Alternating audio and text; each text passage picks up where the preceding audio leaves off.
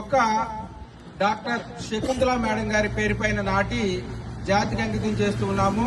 Madam గారు మంచి అస్తవాస్తు కలిగినటువంటి ఆయుర్వేదంలో ఎండి చేసి చాలా సేవా దృక్పథం ఉన్నటువంటి మేడం గారు మనకి ఔషధ మొక్కల మీద కూడా మంచి అవగాహన కలిగి అనేక సెమినార్లో మన సంస్థతోటి కలిసి పనిచేసినటువంటి మేడం గారి పైన ఈ యొక్క పనస మొక్కను నాటి జాతికి అంకితం చేస్తున్నాం. ఒకసారి గట్టిగా చప్పలు కొట్టండి.